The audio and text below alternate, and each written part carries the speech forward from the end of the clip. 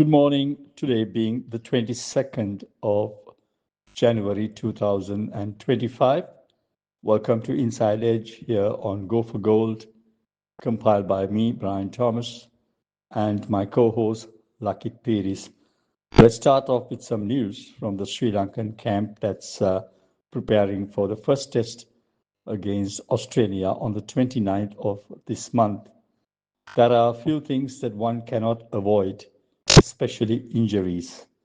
So the bad news, though, is that Pathum Nissanka is nursing a groin injury and he looks a doubtful starter for the first test. And further, the problem that Sri Lanka might face is the side strain that Dhananjay De Silva is having at the moment. The squad is in Galle at the moment in preparation. So we have to keep our eyes open, especially on the injuries that have caused a few problems in the balance of the team. We'll keep you posted no sooner we have more of the latest from the Sri Lankan camp. And coming up today, of course, is the first T20 game, India hosting England in their own backyard. So it will be a challenge, though, from England's perspective, because the world knows how strong India is in their own backyard, especially in white ball cricket. Now then, let's move across to Malaysia, where the under-19 T20 Women's World Cup is in progress. India made a meal of host Malaysia. They were bowled out for 31 runs in 14.4 overs.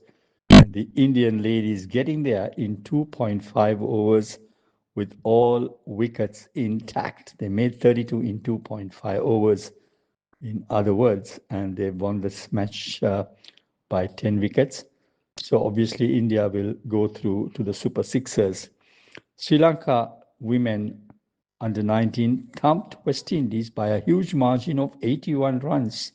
Sri Lanka made a massive 166 for 5 wickets in their allotted 20 overs, and the Caribbean girls were bowled out for 85 runs.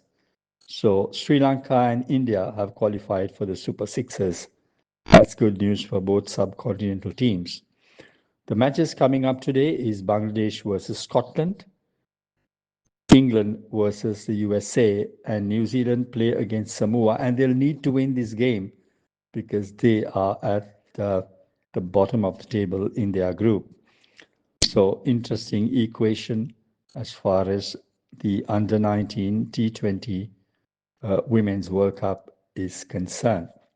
Well, that's it on our cricket news, and we look forward to your company shortly, your favorites and mine, coming up here on Go for Gold.